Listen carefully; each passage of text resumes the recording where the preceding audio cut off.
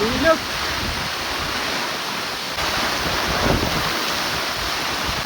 โอ้ยตายก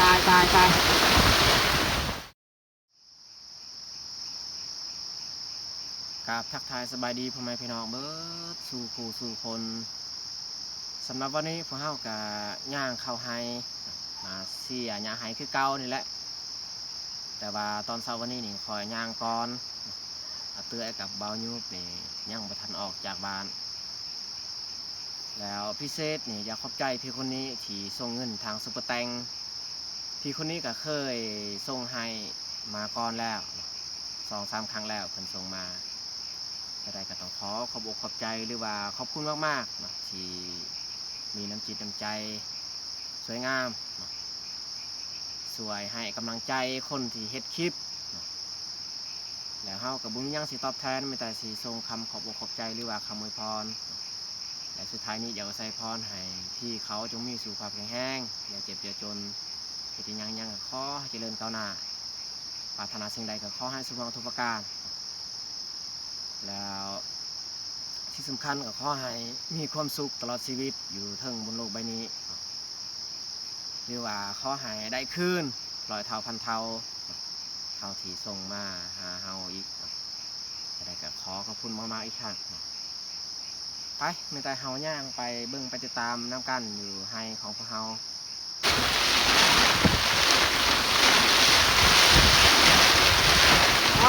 โถลมแห้งคักแห้งแน่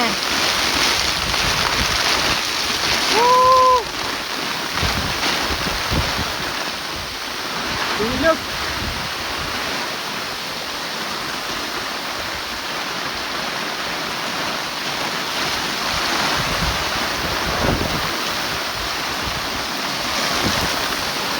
โอ้ยตายปลาโ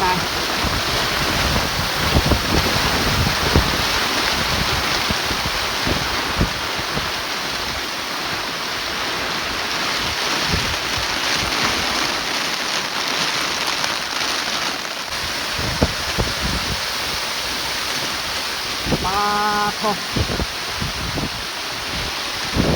พี่น้องเอ้ย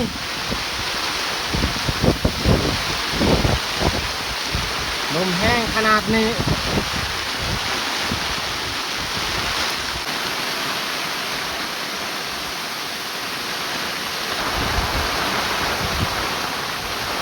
ฝนตกตั้งแต่เช้าลมแห้งพร้อม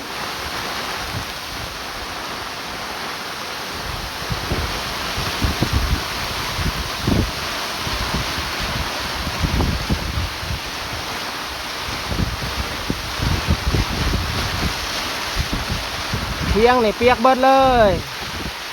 จักสิอยู่จังใดน้ำพ่นมันสะ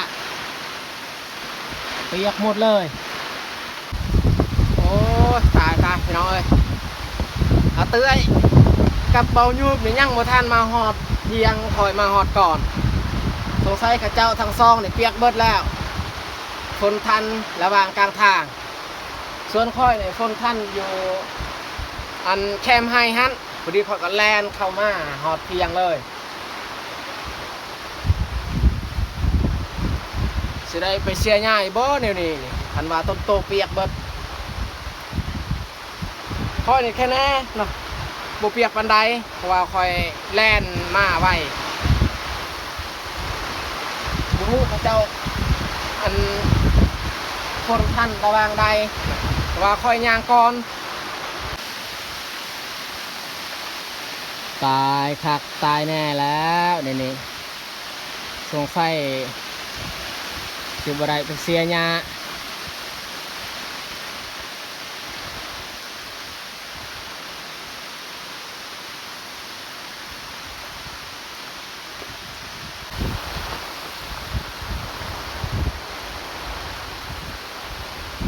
เป็นตายต้น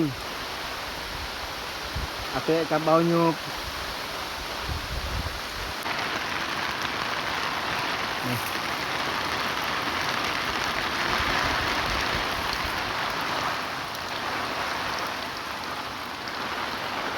เสียงเฮานี่มีบางจุดหัวนะ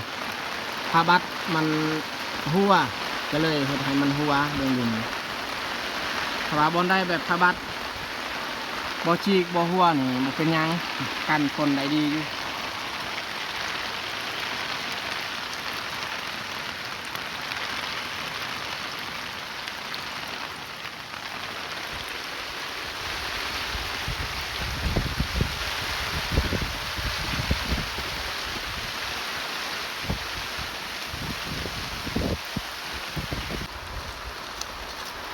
ระบายน้ำฝนให้มันไหลไปทางนี้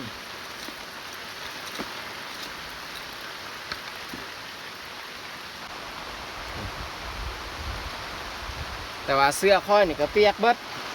เบื้องหน้าเบื้องล่างบ่เป็นยังเพราะว่า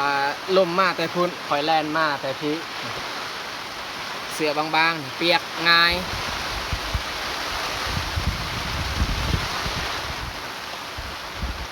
เอาเตื้อยกับเบายูบนี่ยังบ่ทันมาเป็นตายตนจักแถวใดเลยคนทัน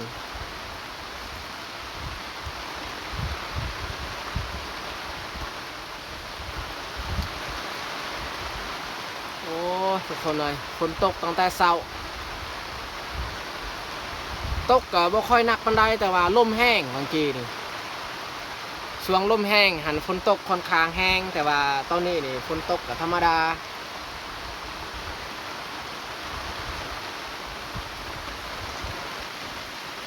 แต่ว่าเที่ยงอันนี้แหละจักสีอยู่จังใดเอาพักที่เฮาปูนี่เปียกเบิดแล้วคันว่าเขามาจะน้อยนี่มีแต่สิเอาผ้าบัดนี่แหละมาปูถ้าว่าลมเสาพัดแล้วถ้าว่าลมยังพัดนี่เฮาบ่ทันปูเฮาปูก็มันเปียกคือเก่าหั่นแหละฝนตกแห้งแบบนี้หรือว่าลมพัดแห้งนี่มีโอกาสมันเจือนอีกฮะบ่นั้นเจือนตั้งแต่โดนแล้วรถจักรไปมาก็ค่อนข้างยาก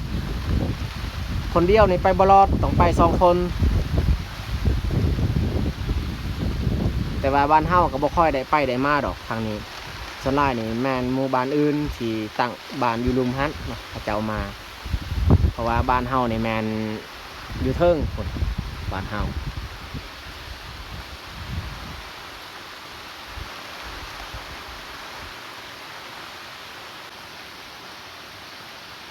ว้าวดินไหลลงอีกมีน้ำฝนไหลเข้ามานี่ดินไหลลงเลย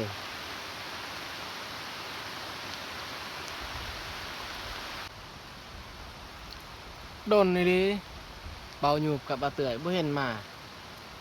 บอกว่าเขายังบ่ทันออกจากบ้านซ้ำแบบว่าตอนคอยย่างออกจากบ้านเมื่อกี้นี่ก็ท้องฟ้ามืดครึ้มแห้งยันว่าข้าเจ้านี่ยังอยู่บ้านเพราะว่าเขานั่งทาอยู่นี่กระดนบ่เห็นข้าเจ้ามาฮอดฝนก็บ่ได้แห้งแล้วตอนนี้ฝนหำแต่ว่าพื้นที่หรือว่าดินนี่แล้วแห้งเลยทุกคนเลยฝนตกทุกวันผ้าบัดที่เฮาไว้บ่อนสูงๆนี่ก็เปียกมันผะใส่นี่คือทงอันนี้นี่เปียกแล้วตอนลมแห้งบางกี้น้ำพ่นมันผะใส่บ่อนเฮาดังไฟก็เปียกดังยากเลยบ่อนนี่มันติดยาก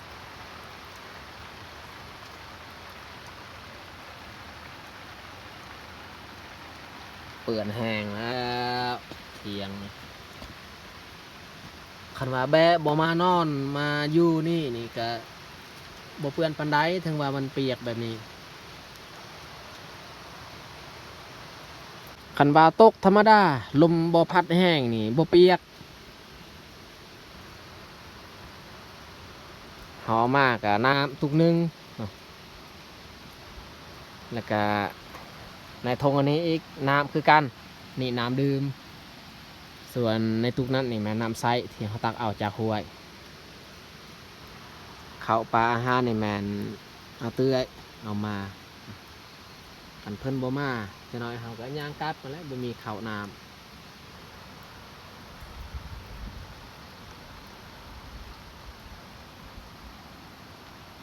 ช่วงนี้นี่ท้องฟ้านี่เขาบ่เห็นมันแต่เมฆปกคลุมตลอดเวลาเลย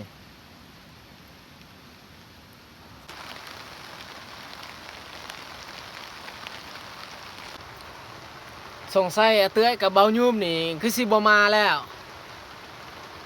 เนาะเขายังบ่ทันออกจากบ้านนี่แหละตอนฝนตกแห้งบางกี้นี่เพราะว่าคอยย่างออกค่อนข้างไวแน่คันว่าเขาเจ้าได้ย่างออกจากบ้านแล้วก็ยันว่ามีปัญหาที่เกิดขึ้นอยู่ระหว่างกลางทางนั้นเนาะมี2อย่างเท่านั้นที่เราคิดแต่จะได้ก็ขอให้บ่เป็นยังเนาะขอให้ยังอยู่บ้านนี่แหละจึงดีกว่าฝนตกกับบ่หยุดบ่เศร้า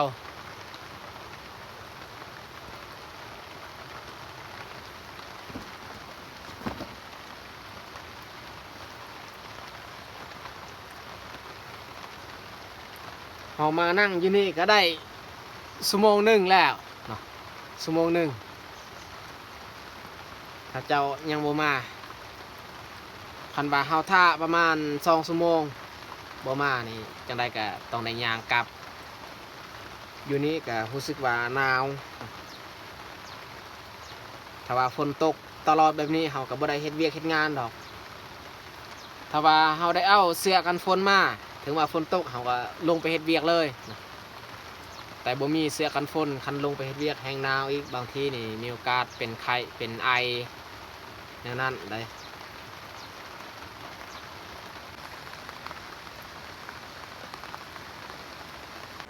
ฝนตกก็บ่หยุดบ่เศร้าทุกคนเอ้ยจักสิกลับบ้านจังใดได้คันกลับก็ฮอดบ้านผู้ดีเปียกเบิดเลยส่งเสื้อนี่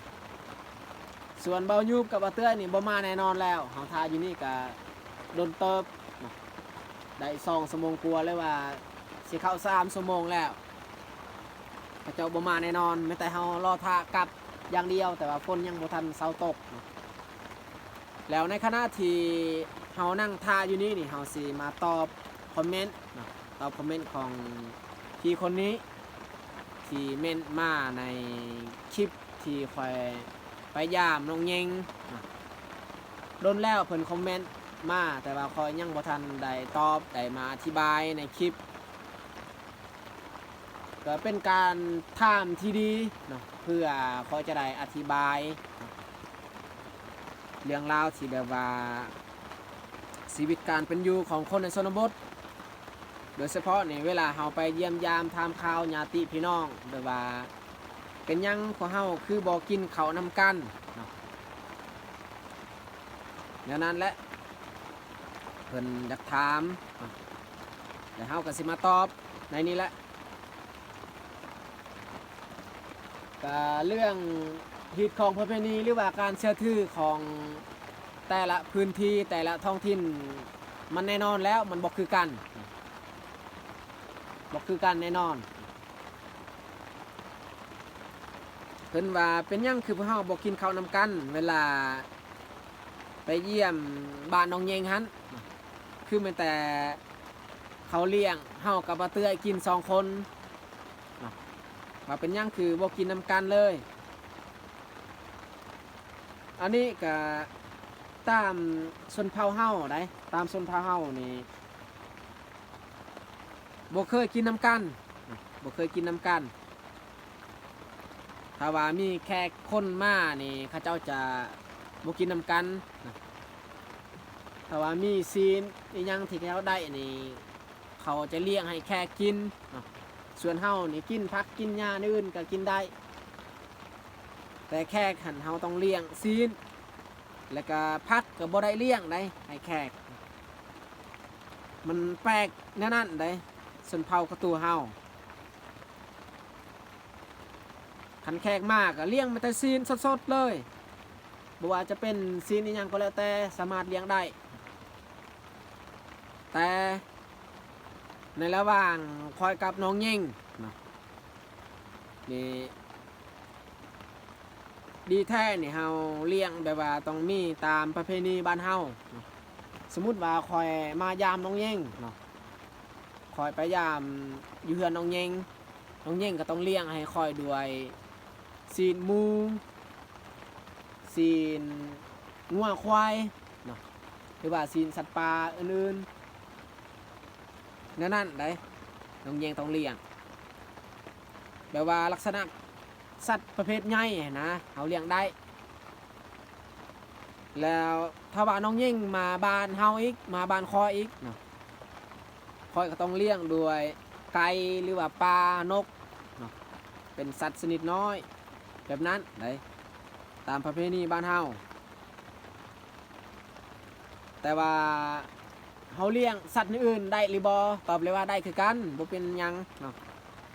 กินได้แต่ตามประเพณีนี่เขาให้เลี้ยงแบบนั้น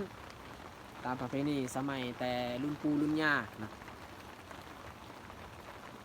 ให้เลี้ยงแบบนั้นได้บ่แม่นสิไปเลี้ยงแบบสะทรายบ่ได้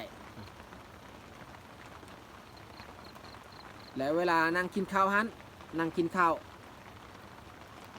ก็บ่ได้กินน้ำกัน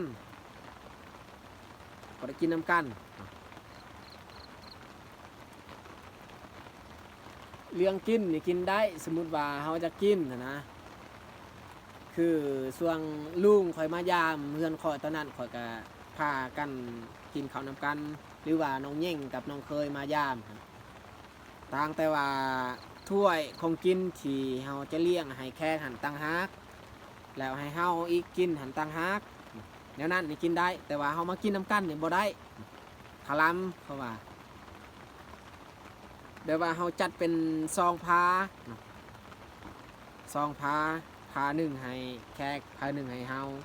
หรือว่าสมมุติเฮาบ่อยากจัดซองผ้าเฮ็ดผ้าเดียวก็ได้ต่างแต่ถ้วยเฮาเอาต่างถ้วยหรือว่ากระติบข้าวต่างสามารถกินได้คือกันนั่นได้คันไปนั่งกินน้ำกันถ้วยเดียวนี่บ่ได้คันเว้าเรื่องฮีดเรื่องคล้องประเพณีของชนเผ่ากระตูนี่ก็ไม่หลายนะทุกคนเลยมีหลายแต่ว่ายุคนี้นี่เขาบ่ค่อยได้เสียถือแล้วบางฮีดบางประเพณีนี่เขาก็ปะทิ้งไปเลยอันใดแบบว่ามันสำคัญแน่เขาก็บ่กล้าทิ้งอันใดแบบว่ามันบ่ค่อยสำคัญปานใดเขาก็บ่อยากเสียถือแล้วก็คือแนวนั้นเราจะมาอธิบายมาเว้าให้ฟังนำกัน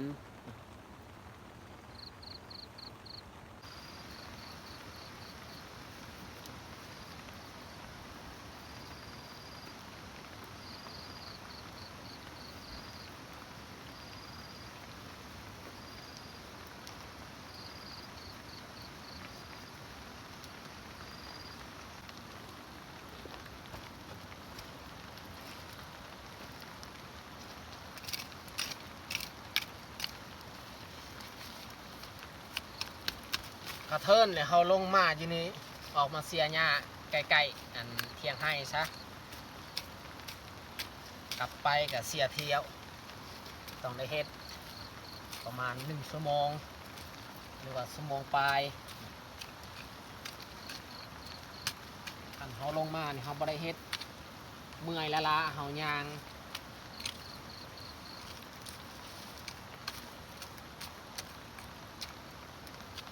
แถวหญ้าที่เขาเสียนี่เขาไว้อยู่กลางทางเลย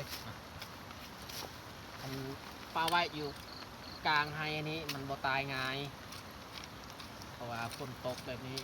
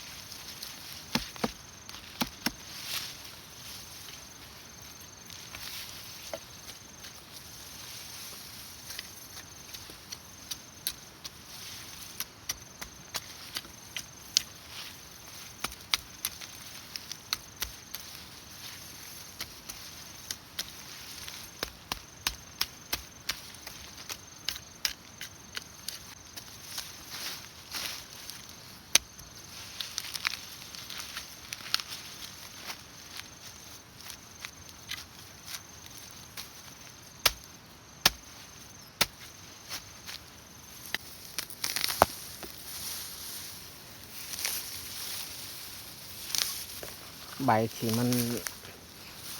อันแห้งหรือว่ามันเลื่องเนี่ยเขาดึงออกเลย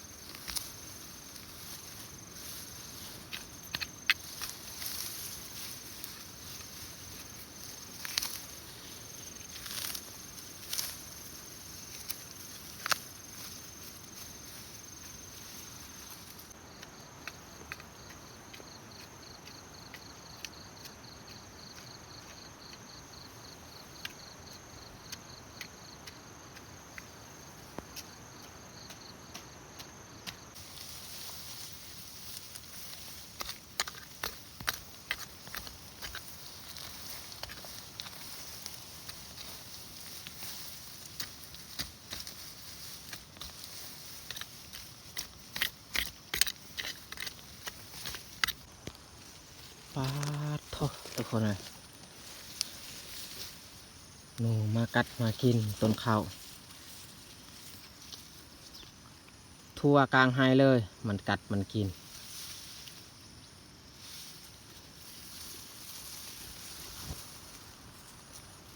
ที่เลิกกินเลยบอนได้แบบมันเบิ่งต้นงามๆเขียวๆนี่มันมากัดแล้ว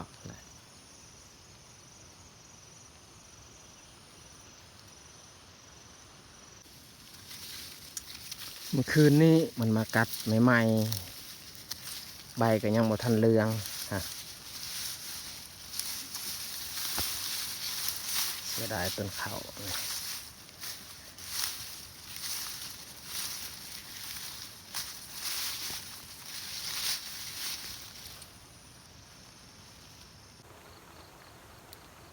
ตอนนี้ข้อยก็เลิกจากเสียหญ้าให้นะมันจะสิย่างกลับบ้านกลับไปกินข้าวอยู่บ้านนี่แหละจะได้ก็สำหรับคลิปนี้ก็สิจบลงอยู่นี่แหละต้องขอบอกขอบใจ FC หมดทุกคนที่สละเวลาเข้ามาเบิ่งคลิปของเฮาตั้งแต่ต้นจนจบถ้ามักคลิปนี้อย่าลืมฝากกดไลค์ถ้าถูกใจอย่าลืมฝากกดแชร์เพื่อเป็นกำลังใจให้ขอได้เฮ็ดคลิปต่อๆไปจะได้ก็ขอบใจหลายๆบายพอกันในคลิปต่อไป